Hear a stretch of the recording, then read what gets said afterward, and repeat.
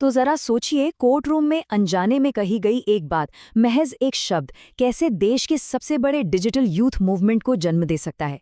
आज के इस समाजशास्त्रीय विश्लेषण में, यानी एक सोशियोलॉजिकल डीप डाइव में, हम इसी अभूतपूर्व घटना पर बात करेंगे। एक सोशियोलॉजी प्रोफेसर के नजरिए से हम डिकोड करेंगे कॉकरोच जनता पार्टी यानी सीजेपी को, एक ऐसा मूवमेंट जिसने सेल्फ डेप्रिकेटिंग ह्यूमर या खुद पर हंसने वाले मीम से शुरुआत की और देखते ही देखते सिस्टम के खिलाफ एक बहुत बड़ी आवाज बन गया। इस पूरे फिनोमिनन को अच्छे से समझने के लिए हम इसे कुछ हिस्सों में बांटेंगे। पहले देखेंगे वो कोर्ट रूम विवाद जहां से ये शुरू हुआ, फिर जानेंगे इस डिजिटल सटायर का जन्म, इसके वायरल आंकड़े, इनका घोषणा पत्र, फिर कैसे पारंपरिक राजनीति इन मीम्स से टकराई, और अंत में विरोध की इस नई भाषा का असल मतलब क्या है। चलिए शुरू करते हैं। भाग 1, कोर्ट रूम विवाद। तो ये कहानी शुरू होती है 15 मई 2026 से। यहाँ हमें दो बिल्कुल अलग दुनियाओं का टकराव देखने को मिलता है। एक तरफ चीफ जस्टिस की कानूनी और फॉर्मल टिप्पणी थी, जो दरअसल फर्जी डिग्री वाले जालसाजों के लिए थी, लेकिन दूसरी तरफ सोशल मीडिया पर बैठे हमारे युवा, जो पहले से ही बेरोजगारी और इस हाई प्रेशर इकोनॉमी से जूझ रहे हैं, उन्होंने कॉकरोच और पैरासाइट जैसे शब्दों को खुद पर एक सीधे हमले की तरह लिया। ये साफ दिखाता है कि जब बड़ी संस्थाओं की भाषा जमीनी हकीकत से नहीं जुड़ पाती, तो युवाओं में कितना गहरा अलगाव यानी एलियनेशन पैदा होता है। भाग 2, डिजिटल व्यंग्य का जन्म। इस टिप्पणी के महज 48 घंटों के अंदर जो हुआ, वो सच में हैरान करने वाला था। हमारी इंटरनेट पर पली बढ़ी पीढ़ी ने सड़कों पर उतरने के बजाय मीम्स को अपना हथियार बना लिया। सीजीपी के संस्थापक अभिजीत दीपके ने इस सेल्फ डेप्रिकेटिंग ह्यूमर का क्या गजब इस्तेमाल किया है। इनकी पार्टी ज्वाइन करने की शर्तें जरा सुनिए। मजबूरन या मर्जी से बेरोजगार होना, दिन में 11 घंटे से ज्यादा ऑनलाइन रहना और प्रोफेशनल रेंटिंग यानी सिस्टम पर भड़ास निकालने में माहिर होना। देखते ही देखते ये अपमानजनक शब्द बेरोजगार युवाओं के लिए एक बैज ऑफ ऑनर बन गया। ये विडंबना ही इस मूवमेंट की सबसे बड़ी ताकत है। और इस मूवमेंट से जुड़ने का तरीका, वो भी बिल्कुल मॉडर्न है। इसमें कोई पारंपरिक राजनीतिक पदानुक्रम या रैलियां नहीं है। बस इनके सोशल मीडिया पेजेस को फॉलो कीजिए, गूगल फॉर्म्स भरिए और हैशटैग्स के जरिए मीम कैंपेन का हिस्सा बन जाइए। इंटरनेट की ये गुमनामी यानी एनोनिमिटी युवाओं को बिना किसी डर के अपनी चरम राजनीतिक शिकायतें सामने रखने की पूरी आज़ादी देती है। यहाँ मीम्स के जरिए एक पूरी कम्युनिटी खड़ी की जा रही है। भाग 3, वायरल डेटा और लामबंदी। अब जरा इन आंकड़ों पर गौर कीजिए, क्योंकि जेन जी के बीच इस मूवमेंट का जो इम्पैक्ट रहा है वो ऐतिहासिक है। इसने एक शांत सी हताशा को एक बहुत बड़े साझा मजाक में बदल दिया। महज कुछ ही दिनों के अंदर सीजेपी के इंस्टाग्राम अकाउंट ने 15 मिलियन यानी 1.5 करोड़ फॉलोअर्स का आंकड़ा पार कर लिया, और साथ ही हजारों लोगों ने फॉर्म भरकर इसकी आधिकारिक सदस्यता भी ले ली। इस चार्ट को देखिए, ये आपको पूरी पिक्चर और क्लियर कर देगा। एक तरफ है कॉकरोच जनता पार्टी, जिसके इंस्टाग्राम पर 15 मिलियन से ज्यादा फॉलोअर्स हैं, और दूसरी तरफ देश की सबसे बड़ी सत्ताधारी पार्टी भारतीय जनता पार्टी, जिसके 8.8 मिलियन फॉलोअर्स हैं। ये गैप साफ बताता है कि आज के आधुनिक भारत में पारंपरिक राजनीति को चुनौती देने के लिए ऑनलाइन मीम टैक्टिक्स कितने पावरफुल राजनीतिक हथियार बन चुके हैं। पार्टी के संस्थापक का ये कोड इस पूरी फिलॉसफी को समझा देता है। उन लोगों के लिए एक राजनीतिक पार्टी जिन्हें सिस्टम गिनना भूल गया।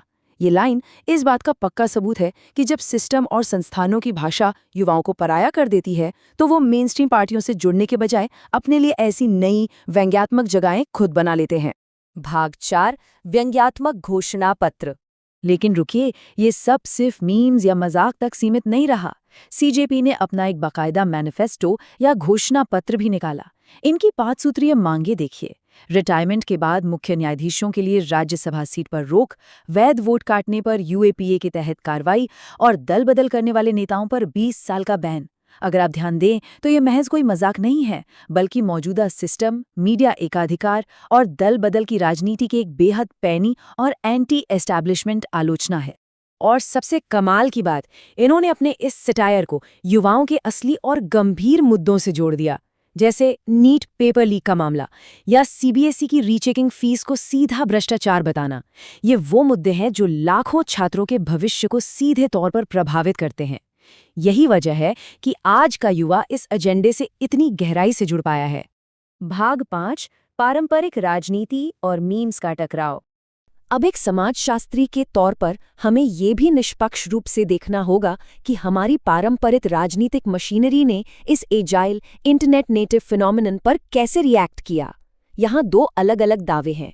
एक तरफ लोग इसे युवाओं की हताशा से निकला एक बिल्कुल ऑर्गेनिक मूवमेंट मानते हैं, लेकिन दूसरी तरफ संस्थापक का आम आदमी पार्टी से पुराना जुड़ाव और महुआ मोइत्रा या कीर्ति आजाद जैसे बड़े नेताओं का इस मूवमेंट का हिस्सा बनना कई सवाल भी खड़े करता है।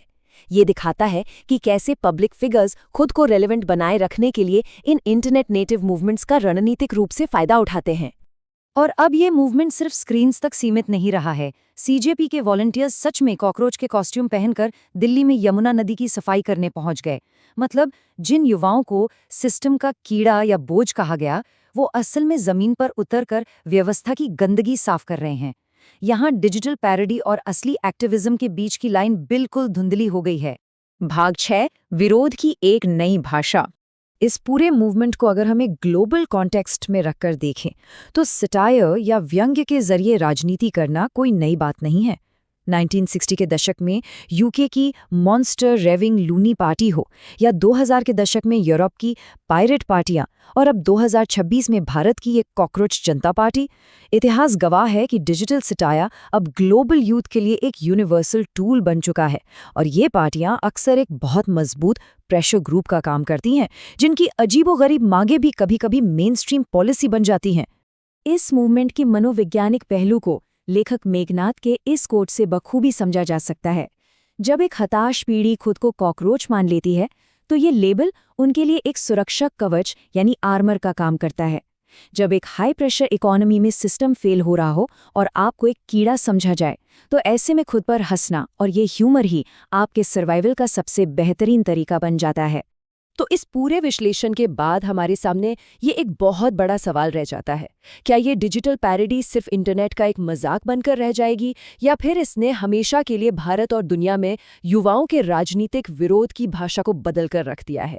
आज के दौर में भले ही कानूनी अधिकार और पावर पुरानी संस्थाओं के पास हों, लेकिन ये मानना गलत नहीं होगा कि इंटरनेट पर पलने वाली ये नई जनरेशन अब पूरे नैरेटिव को अपने तरीके से कंट्रोल कर रही है। सोचने वाली बात है ना? आज के इस डीप डाइव में हमारे साथ जुड़ने के लिए आपका बहुत बहुत शुक्रिया।